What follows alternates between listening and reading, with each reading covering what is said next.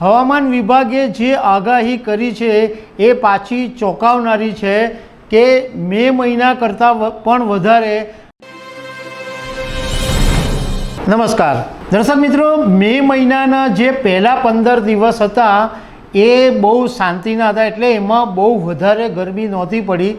પરંતુ 16 મે પછી ગુજરાતની અંદર જે હીટ વેવનો લોકોએ સામનો કર્યો એને કારણે લોકો ત્રાહિમામ પુકારી ગયા. પરંતુ હવે હવામાન વિભાગે જે આગાહી કરી છે એ પાછી ચોંકાવનારી છે કે મે મહિના કરતાં પણ વધારે જૂન મહિનાની અંદર હીટ વેવ જોવા મળશે. તો એના વિશે હું તમારી સાથે વાત કરીશ. મારું નામ રાજેશ શાહ છે અને તમે જોઈ રહ્યા છો ખબર છે .com.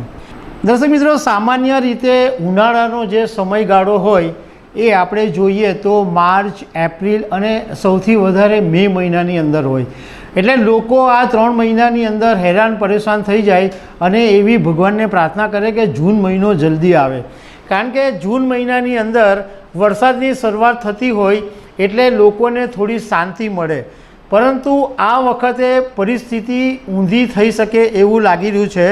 કારણ કે ભારતીય હવામાન વિભાગના ડાયરેક્ટર જનરલ ડૉક્ટર મૃત્યુંજય મહાપાત્રએ એવું કીધું છે કે સામાન્ય રીતે ઉત્તર પશ્ચિમી રાજ્યોમાં જૂન મહિનામાં 3 દિવસ હીટવેવ રહેતું હોય છે, પરંતુ આ વખતે 6 દિવસ હીટવેવ રહેશે. એટલે ડબલ થઈ જશે.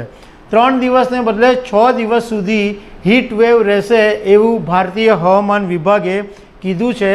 અને જૂન મહિનામાં જે સૌથી વધારે ગરમી પડશે એમાં સૌથી વધારે અસર રાજસ્થાન, પંજાબ, હરિયાણા, દિલ્હી, યુપી, ગુજરાત અને મધ્યપ્રદેશની અંદર જોવા મળશે.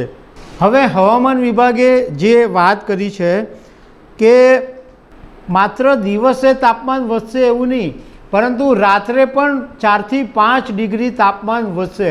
એટલે રાત્રે પણ તમને ઠંડકનો અનુભવ નહીં થાય. જૂનના પ્રથમ સપ્તાહમાં ચોમાસું દક્ષિણ અને પૂર્વોત્તર રાજ્યોને આવરી લેશે. તેનાથી હવામાં ભેજ વધશે. પરંતુ દેશના ઉત્તર પશ્ચિમથી મધ્ય ભારતના રાજ્યોમાં આવતા પવનને કારણે ભેજનું પ્રમાણ વધારે રહેશે.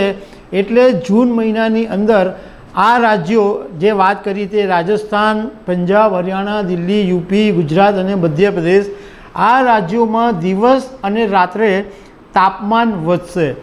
હવામાન વિભાગે કીધું છે કે 30મી મેના દિવસે વેસ્ટર્ન ડિસ્ટર્બન્સ આવી રહ્યું છે, જેના કારણે ઉત્તર ભારતના પહાડી વિસ્તારોની અંદર વરસાદ પડશે. એટલે આ 30 મે પછી તાપમાન ઘટશે. પરંતુ એ પછીના 3 થી 4 દિવસ પછી ફરીથી તાપમાન વધશે અને લોકોએ હીટ વેવનો સામનો કરવો પડશે. બીજું, હવામાન વિભાગે જે આગાહી કરી છે કે જૂનથી સપ્ટેમ્બર સુધી આ વખતે ચોમાસું રહેશે અને સામાન્ય ચોમાસું કરતાં 106% જેટલું વધારે ચોમાસું રહેશે. બીજું, હવામાન વિભાગે આ વખતે એ પણ એવું કીધું છે કે દર વર્ષે એક એવી પ્રણાલી છે કે ચોમાસાની શરૂઆત કેરળથી થાય, પરંતુ આ વખતે કદાચ હિસ્ટ્રી બદલાઈ શકે છે. ચોમાસું કેરળને બદલે ઉત્તર પૂર્વમાંથી વરસાદની શરૂઆત થાય એવું પણ બની શકે છે. તો દર્શક મિત્રો, આવી અનેક વાતો સાથે અમે તમને મળતા રહીશું. Thank you very much.